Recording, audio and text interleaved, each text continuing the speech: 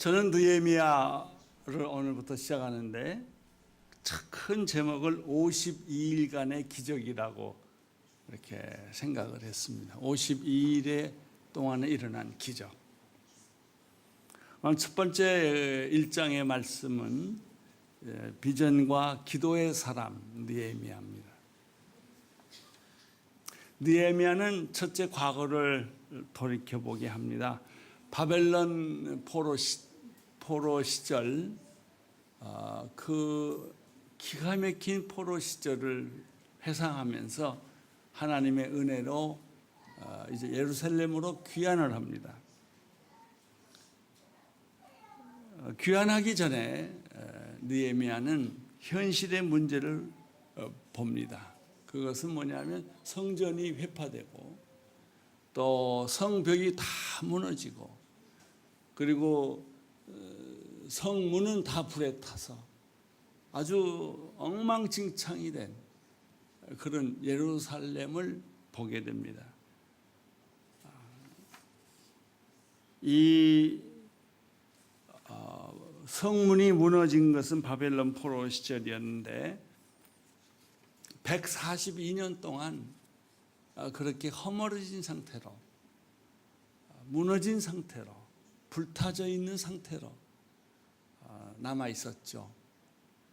유다 백성, 하나님을 믿는 이스라엘은 하나님의 집이 무너지고 하나님의 집 안에 있는 모든 기물은 도둑질 당하고 성문은 부서지고 성문은 불타고 성벽이 다 허물어진 것을 매일매일 그 앞에 지나가면서 볼 때마다 그들의 가슴이 얼마나 쓰라렸겠어요.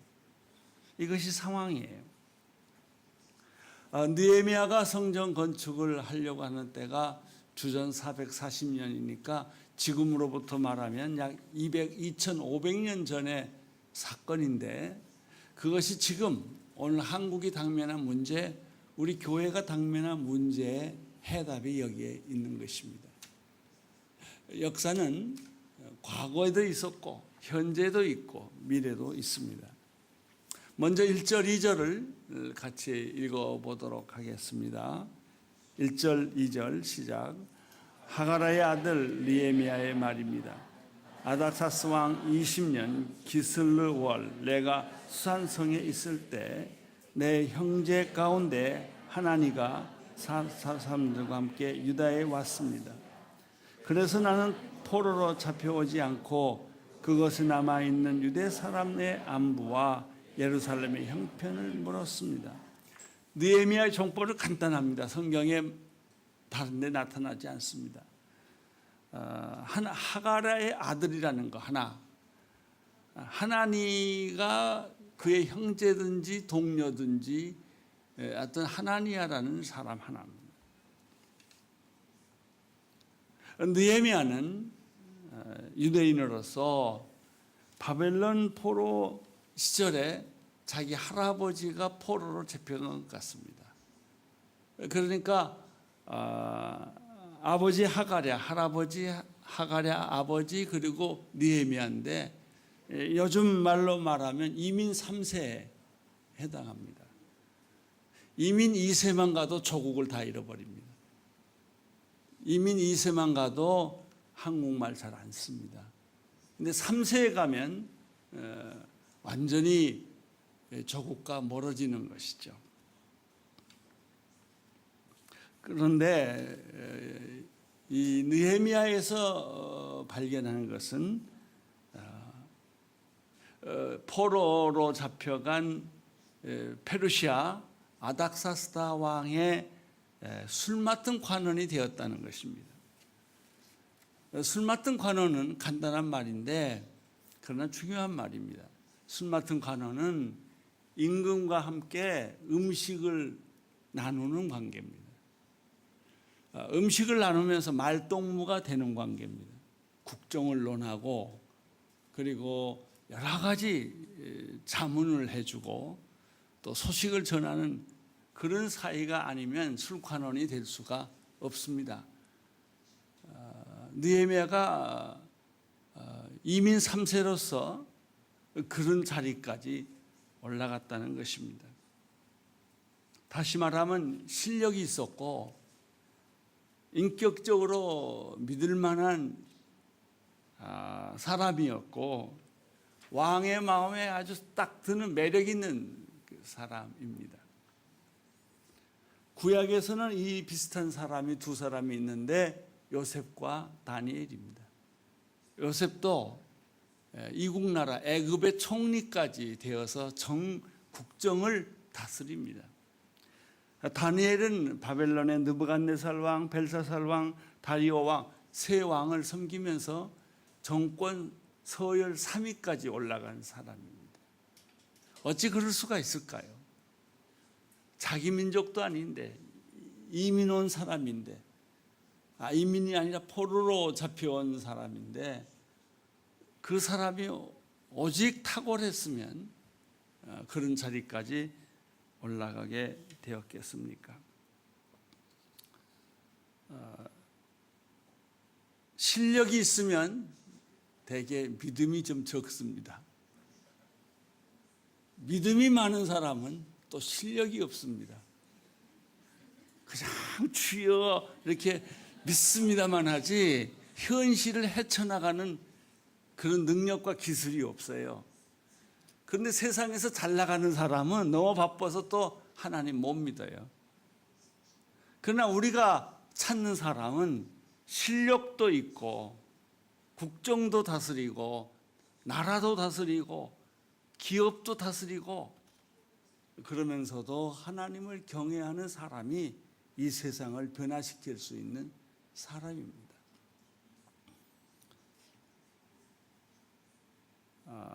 둘째, 이 느헤미야에서 발견하는 것은 남다른 애국심입니다. 애국심이 없는 사람이 어디 있습니까? 다 자기 나라 사랑하고 자기 나라가 잘 되기를 바라지요. 그러나 애국심과 정권욕은 다릅니다. 모든 사람들은 애국이라는 이름으로 권력을 갖기를 원하고 대통령 되기를 원하고 국회의원 되기를 원하고 장관 되기를 원하는데 그 내용을 가만히 들여다보면 애국심이 아닐 때가 참 많습니다. 엉뚱한 생각하는 사람들 참 많습니다. 그러나 느헤미야는 바벨론 포로에 잡혀가면서 이민 3세를 겪으면서도 이 자기 조국에 대한 불타는 애국심은 누구와도 비교할 수 없게 남다르게 있었다는 것이죠.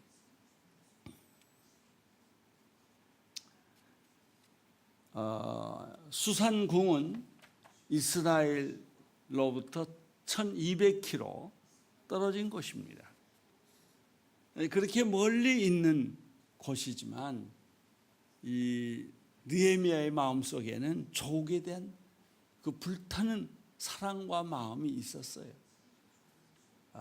성전이 다 무너지고 문은 불타고 성벽은 다 회파되고 수많은 사람들이 조롱하면서 그 곁을 지나갈 때 그걸 생각해 보면 느헤미야의 마음은 견딜 수가 없었던 것이죠. 1장 3절을 보십시오. 1장 3절 시작. 그들이 내게 말했습니다.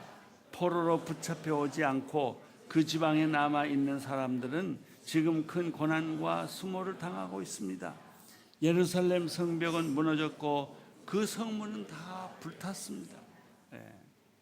그걸 보면서 유다의 예루살렘에 살고 있는 포로로 잡혀오지 않은 사람도 기가 막힌 수모와 수치를 겪었지만은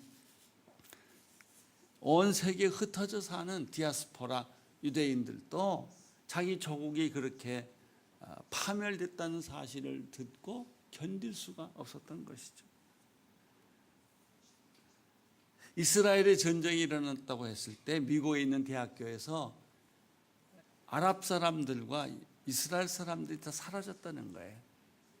이스라엘 사람들은 고국으로 돌아갔고 아랍 사람들은 전부 숨고 도망갔다는 거예요.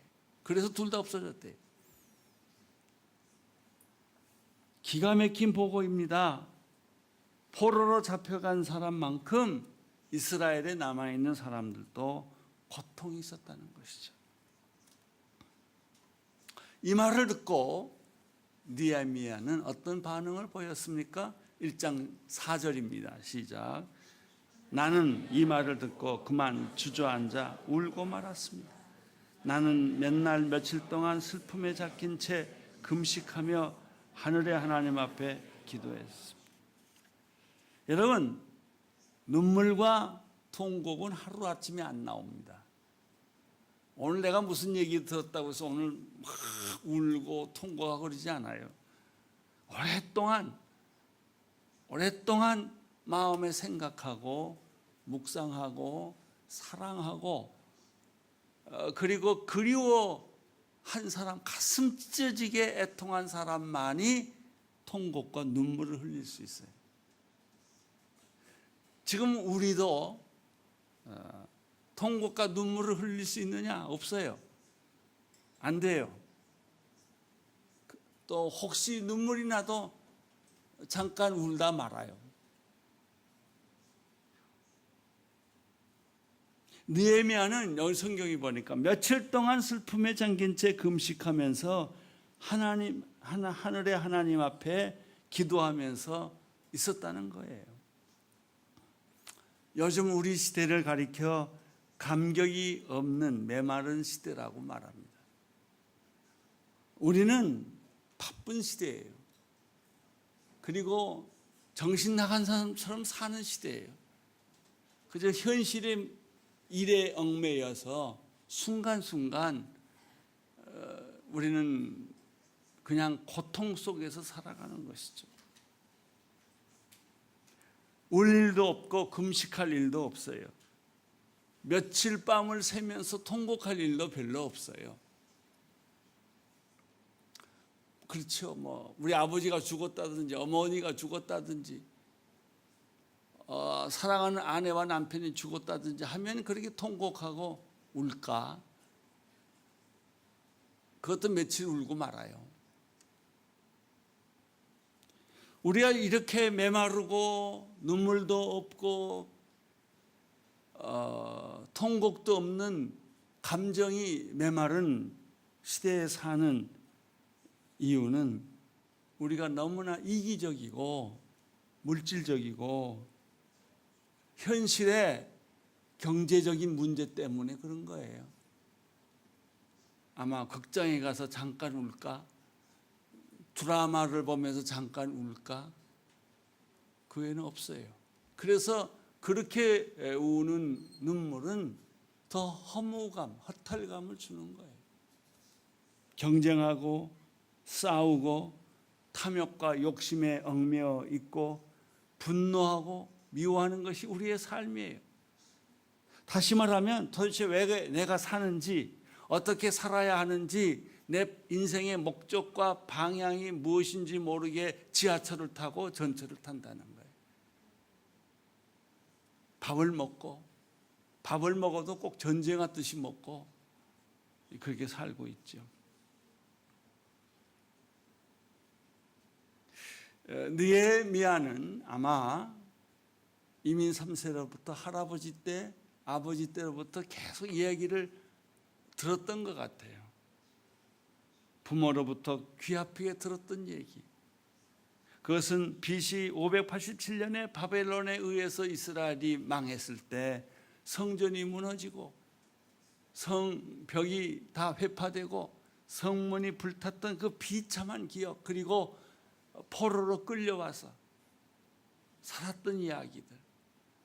가정은 다 흩어지고 건강하고 젊은 여자들은 다 끌려가고 하는 그런 얘기. 쓸모없는 사람만 남겨두고 이랬던 포로 생활의 기가 막힌 이야기를 부모로부터 들었던 거예요. 성전이 파괴된 이후에 이스라엘 포로들이 3차 귀환을 하는데 1차 귀환할 때 성전을 재건하자 하는 운동이 있었어요. 그러나 하나님의 일은 언제나 반대에 부딪히고 언제나 모함에 말려갑니다. 성전을 다시 재건하려는 그들에게 모함하는 사람들이 일어나고 또 왕에게 편지를 쓰고, 그래서 결국은 성전 건축이 중단됩니다. 그러니까 더 비참한 거죠. 이스라엘 성벽과 성전이 무너진 지 벌써 140년이 넘어갔어요. 이방인들은 수없이 쳐들어왔고 약탈을 당했고, 성전과 성벽은 날이 갈수록 더 피폐해졌고 다 없어진 거예요. 이 소식을 들은 느헤미야가 어떻게 했습니까? 만약에 마음에 두지 않고 자기가 살고 있는 현실에만 만족했다면 그렇게 눈물 흘릴 필요도 없고 통곡할 필요도 없고 금식할 필요도 없었을 거예요. 그러나 느헤미야 마음속에는 하나님에 대한 생각, 조국에 대한 생각, 성전에 대한 생각, 이 생각으로 너무 가득 차 있기 때문에 그 소식을 듣자마자 주저앉아서 엉엉 울고 슬퍼하고 금식하고 이런 반응을 보인 거예요. 따라서 우리가 짐작해 보건대 느헤미야는 수산궁에, 페르시아의 수산궁에 술 맡은 관원이라는 고위직에 있으면서도 그의 마음속에는 이 이스라엘 성전에 대한, 성벽에 대한, 이 하나님의 이 나라에 대한 생각을 끊임없이 하고 있었다는 거예요. 밥을 먹을 때나 잠을 잘 때나 그가 높은 자리에 올라갈 때나 그 생각을 버려본 적이 없는 사람이에요. 이것이 비전이 됐어요. 느헤미야는 세 번째 비전의 사람이었다.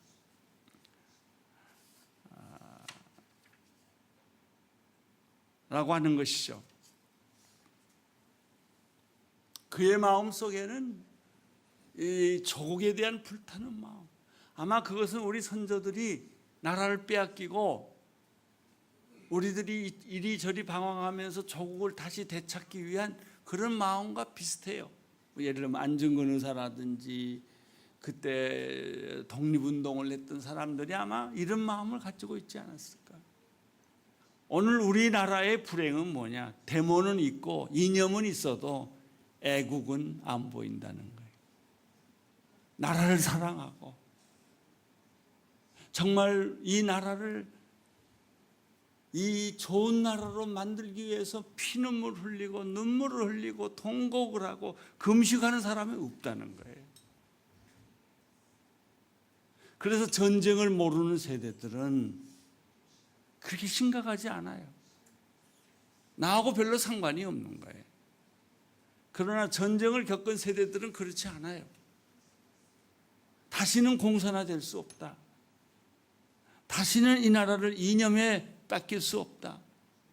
다시는 외세의 침략을 받을 수 없다. 그런 생각이 뼛속 깊이 있었을 거예요. 이게 애국이에요.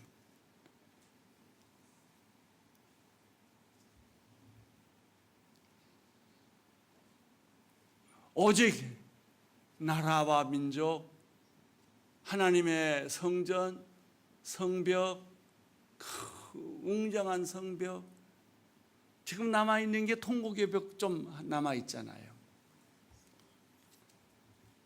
그리고 불탄 성문, 이런 걸 보면서 날마다 가슴 찢고 통곡하는 사람이 느헤미야였다는 거예요. 오늘 젊은 세대들은 이념에는 잘 빠지는데 애국은 아니에요. 진짜 나라를 사랑하고 진짜 나라를 위해서 목숨을 바치고 진짜 나라를 위해서 눈물을 흘리는 사람은 적어요. 분노하는 사람은 많아요.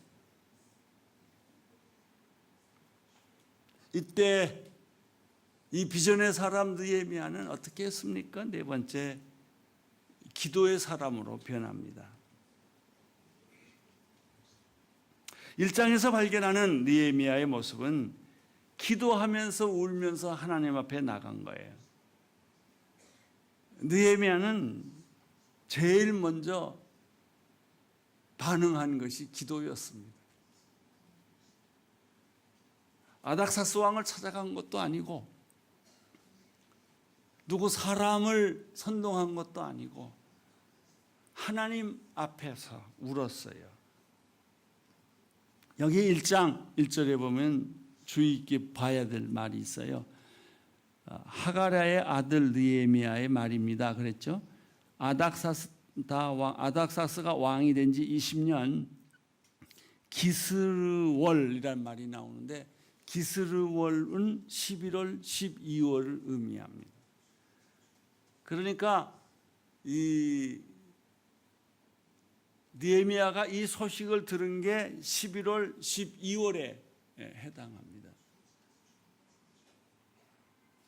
그는 기도의 응답이 올 때까지 행동하지 않았어요. 2장 1절을 보면 응답이 왔어요. 기도에 대한 응답이 왔는데 아닥사스다 왕 20년 니산월이라고 되어 있어요. 니산월은 3월, 4월이에요. 그러니까 11월 달에 이 소식을 듣고 기도하기 시작을 했어요. 하나님 앞에. 그리고 응답이 왔어요. 그는 4개월이 지난 후에 응답이 왔다는 것이죠. 느헤미야의 기도의 특징이 여기에 있습니다. 그가 문제가 생기면 사람한테 찾아가지 않고 하나님 앞에 찾아갔다는 거예요. 그리고 울면서 통곡하면서 하나님 앞에 그 슬픔을 가진 채 기도했다는 것이죠. 하나님의 응답은 즉시 오지 않습니다. 4개월이 지나서 옵니다. 아니 4개월이 아니라 40개월 지나서도 올 수 있는 거죠. 우리가 어려운 문제가 생기면 사람을 찾아가죠. 나를 도와줄 사람을 찾죠.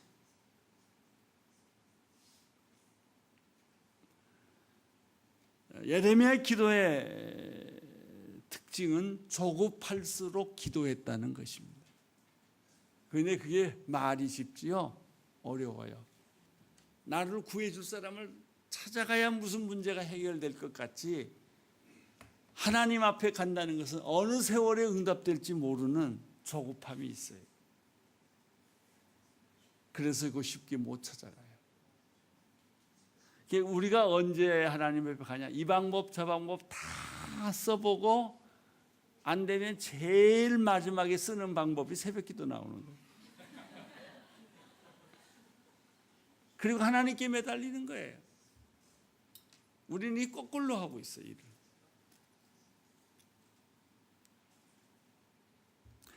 예레미야에게서 발견한 기도의 두 번째는 기다리는 기도를 했다는 것입니다.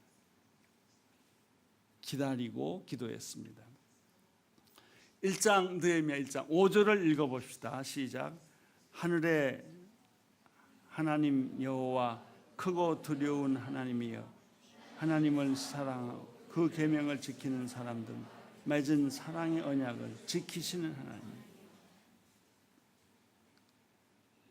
예레미야가 기도할 때 우리하고 다른 기도를 한 것은요, 먼저 하나님의 능력과 위대하심과 하나님의 창조주이신 것을 먼저 선포하는 거예요. 우리는 너무 조급해서 내 얘기부터 먼저 막 꺼내는데 느헤미야는 그렇게 하지 않았어요. 여기 보면 하늘의 하나님 여호와시여, 이 뜻은 창조주 하나님이란 뜻이에요. 크고 두려운 하나님이여, 능력이 있는 하나님이란 뜻이에요. 사랑의 언약을 지키시는 분이시여, 이것은 하나님의 신실함을 믿는 기도예요. 1장 6절을 보시겠습니다. 시작. 주의 종들인 이스라엘 백성들을 위해 주의 종이 밤낮으로 주 앞에 기도하오니 주께서 귀를 기울이고 눈을 떠서 이 기도를 들으소서. 저와 제 조상의 집을 비롯해 우리 이스라엘 족상들의 주님이 거역했던 죄를 고백합니다. 그러면 이스라엘의 그 다음에 느헤미야의 기도는 뭐냐? 첫째는 사람을 찾아가지 않고 하나님을 찾아갔다는 거고요. 두 번째는 기다리는 기도를 했다는 것이고요. 세 번째는 하나님의 성품에 맞는 하나님을 묵상했다는 것이고요. 네 번째는 죄를 고백하는 기도를 합니다. 우리는 급하면 급한 얘기만 하지 자기를 돌아보지 않습니다. 내가 왜 잘못됐나? 무엇이 잘못됐나? 우리 문적이 왜 이렇게 고난을 겪는가? 그 원인은 무엇인가? 하나님 앞에서 그것을 찾은 거예요. 그래서 느헤미야는 나와 내 조상이 저지른 죄악을 회개합니다 라는 기도를 합니다. 7절을 보세요. 시작. 우리가 주께 매우 악하게 굴었습니다. 주께서 주의 종 모세에게 주신 계명과 율례와 규례를 우리가 지키지 않았습니다. 두 가지 조상의 불성.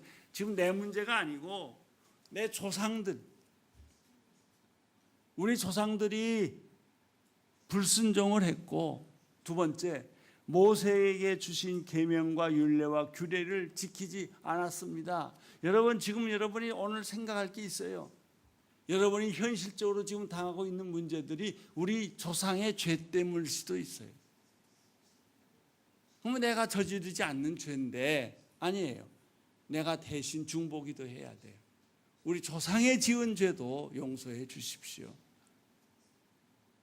또 조상의 죄를 핑계한 게 아니라 나도 그 죄를 지은 사람 중에 하나입니다 라고 기도한 거죠. 느헤미야의 기도가 우리 기도와 차이점이 여기 있습니다. 8절을 읽어보십시오. 시작. 주께서 주의 종 모세에게 하신 말씀을 기억하소서. 너희가 만약 죄를 지으면 내가 너희를 여러 민족들 가운데서 흩어버릴 것이요. 9절. 만약 너희가 내게 돌아와 내 계명을 지키면 너희 포로된 사람들이 하늘 끝에 있다 할지라도 내가 그들을 거기서부터 불러 모아 내 이름을 위해 선택해 놓은 곳으로 데려올 것이다 라고 하지 않으셨습니까? 다섯 번째 느헤미야의 기도는 하나님의 약속을 회상한 거예요. 불순종하면 우리 민족은 다 흩어져서 종살이하고 포로로 될 것이고, 그러나 지금이라도 내 말에 순종하면 하늘 끝에 있을지라도, 이 말은 아무리 불가능해도 그것을 내가 다시 데려와 모을 것이다. 느헤미야의 기도의 요점은 뭘까요? 우리 조상들, 우리 죄악들, 우리의 죄악 때문에 우리가 바벨론 포로에 잡혀가고 70년 동안 그렇게 죽을 고생을 수모를 겪으면서 했는데, 이제라도 순종하고 회개하면 하나님이 우리를 하늘 끝에 있을지라도 다 불러 모아 주시겠다는 약속이에요. 그러니까 느헤미야는 그 약속을 의지하고 그 약속을 믿고 그걸 가지고 하나님 앞에 나간 거예요. 여러분, 하나님한테 기도할 때요, 하나님의 약점이 있어요. 우리를 사랑한다는 약점. 그 약점을 붙잡고 하나님 살려주신다고 하지 않았습니까? 구원해 주신다고 하지 않았습니까? 이걸 꽉 붙잡으세요. 매를 좀 맞더라도 순종하면 흩어지고, 순종 안 하면 흩어지고, 순종하면 다시 모아주신다는 이 말씀을 느헤미야는 붙들고 기도했던 것이죠. 자, 이제 10절을 보겠습니다. 시작. 그들은 주께서 큰 주의 강한 손으로 구속하신 주의 종이오니 주의 백성들입니다. 아주 재밌어요. 이 느헤미야가 야가요. 지금 이렇게 포로로 잡혀가고 흩어지고 수모를 당하는 사람이 당신의 백성이 아닙니까? 우리는 아들이 아무리 잘못해도요, 회개하고 돌아오면 그 죄를 묻지 않고 다 감싸주는 게 부모의 심정인 것처럼 하나님도 똑같아요. 주의 백성입니다. 주의 종입니다. 아무리 미운 짓을 해도 하나님 당신의 아들입니다. 이제 그러니까 이제 이 느헤미야가요, 그냥 약이 오를 대로 오르고 화가 미칠 대로 미치니까 하나님 앞에 이제 이렇게 그냥 떼쓰는 거예요. 어떤 의미에서는요, 떼쓰는 기도도 좋아요. 하나님 버리지 마시고 약속대로 우리를 거두어 주십시오. 내가 이렇게 기도하지 않습니까? 내가 이렇게 간절히 사모하지 않습니까? 우리 조상의 죄도 있고 내 죄도 있고 허물도 있고 내가 지금까지 잘못 살아왔지만 그걸 보지 마시고 하나님 나를 긍휼히 여겨 주옵소서. 11절 읽어주세요. 시작. 주여 이 종의 기도와 주의 이름을 경외하기를 기뻐하는 주의 종들의 기도에 귀를 기울이사소서. 오늘 주의 종이 이 사람 앞에서 은총을 입고 잘되게 하소서. 그때 나는 왕에게 술을 따라 올리는 사람이었습니다. 이게 재미있는 게 두 가지가 남아요. 하나는 느헤미야가 주의 은총을 요구한 거예요. 여러분 뭐 안아주시려면 뭐 할 수 없이 이렇게 한 게 아니었어요. 나 안 하면 죽습니다. 목숨을 걸고 하는 기도. 은혜를 베풀어 주시옵소서. 우리 가정에 은혜를 베풀어 주옵소서. 지나간 죄를 다 회개하오니 나의 지나간 삶의 잘못을 회개하오니 살려주십시오. 은혜를 베풀어 주십시오. 이런 기도를 느헤미야가 했다고요. 몇 개월 동안? 4개월 동안. 마지막 더 중요한 게 또 하나 있어요. 그건 뭐냐면 그때 나는 왕에게 술 따라 올리는 사람이었습니다. 그 말이 무슨 말이냐면 내가 할 수 있는 일은 왕에 술 따르는 것밖에 없습니다. 그 말은 좀 더 발전시키면 뭘까요? 왕의 마음을 바꾸어 주십시오. 왕의 마음을 변화시켜 주어서 나로 하여금 이스라엘로 돌아가서 성벽을 다시 쌓을 수 있도록 도와주십시오. 여러분 남편이 못되게 굴면요 남편하고 싸우지 마세요. 하나님한테 일러 바치세요. 그러면 하나님이 그 남편을 변화시켜요. 여러분이 직장에서도 그렇고 인간관계에서도 그렇고 사람하고 싸울 필요가 없어요. 하나님하고 싸우세요. 그러면 하나님이 그 사람을 변화시켜요. 이렇게 4개월 동안 하니까 느헤미야가 술 따르는 관원으로 간 거예요. 술 따르는 관원으로 가니까 왕하고 가까이 이야기하고 사귈 수 있는 기회가 생긴 것이죠. 그래서 성벽 건축은 시작이 됩니다. 오늘 우리는 두 가지를 느헤미야에서 배웠습니다. 나라를 사랑하고 하나님을 사랑하고 성전의 그 회파된 성벽과 불탄 성문을 회복시키고자 하는 그 열정, 여기서 발견했죠. 이게 그냥 한 거 아니에요. 밥 한 끼 굶은 게 아니에요. 내가 직장에서 쫓겨난 거 그런 정도가 아니에요.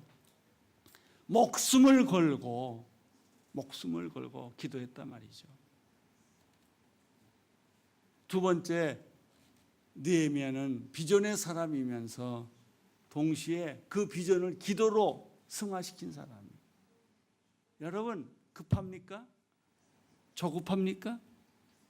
기도하십시오. 급한 만큼 목숨을 걸고 기도하세요. 그때 우리나라도 살고 여러분 가정도 살고 여러분도 살게 될 줄로 믿습니다. 기도하겠습니다. 하나님 아버지, 느헤미야 공부가 시작되었습니다. 느헤미야를 통하여 아버지 비전을 발견하게 하시고 기도를 발견하게 하시고 리더십을 발견하게 하여 주옵시고 공동체를 발견하게 하여 주옵시고 느헤미야를 통하여 아버지 종교 개혁이 일어나게 하여 주옵시고 축제가 일어나는 역사가 있게 하여 주옵소서. 예수님 이름으로 기도드립니다. 아멘.